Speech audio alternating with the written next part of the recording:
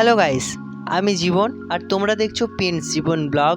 তো সেদিন গিয়েছিলাম ধান ভাঙাতে, তো সেইটাই তোমাদের সাথে শেয়ার করবো কীভাবে ধান ভাঙানো হয়, ধান থেকে চাল করা হয়। তোমরা দেখতেই পারছো এটাই হলো সেই কল ধান ভাঙানোর। প্রথমে এরকম ধানের বস্তা আনা হয় এবং ধানের বস্তাগুলোকে এই বড় কন্টেনারে ঢেলে দেওয়া হয়। এখানে ঢেলে দেওয়ার পর কি হয় চলো দেখাচ্ছি। এই যে তোমরা দেখতেই পারছো নিচ দিয়ে কিছু একটা পড়ছে হলুদ হলুদ টাইপের, তো এটা চালটা পড়ছে একদম খোসা সহ, যে তুষটা হয় ধানের সেটা সহ পড়ছে।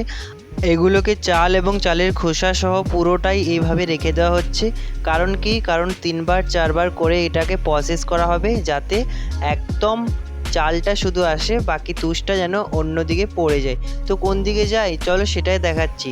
তো তুষটা তোমরা দেখতেই পারছো এই দিকটাতে বের হয় এইভাবে। এখানে আবার এগুলো গরুকে খাওয়ানো হয়, তাই এখানে বস্তায় করে কালেক্ট করতে হয়।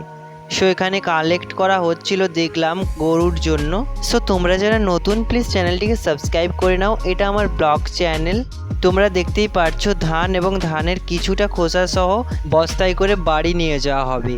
তো তোমরা দেখতেই পারছো এটা হলো অযোধ্যা, আর এখানে হয় দশহরা উৎসব খুব বড় করে। তো সেটারই প্রস্তুতি চলছিল। আর এখানে আমি নিয়ে নিয়েছিলাম লেবু মালাই, কারণ প্রচণ্ড গরম পড়েছিল সেদিন। এতটাই গরম ছিল গাইস, লেবু মালাইয়ের পর আমি নিয়ে নিয়েছিলাম আইসক্রিম।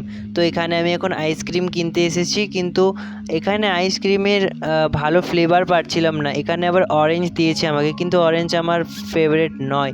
আমি তাও মিল্কটা নিলাম, যদিও এটা অতটাও খাই না, তো কি আর করা যাবে। আর তোমরা দেখতেই পারছো এটা হলো একটা গেট হবে খুব বড় করে।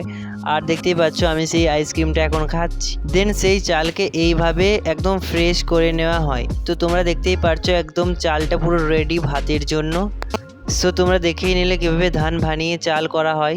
ভিডিওটা এই পর্যন্তই, সাবস্ক্রাইব করে পাশে থেকো গাইস, বাই।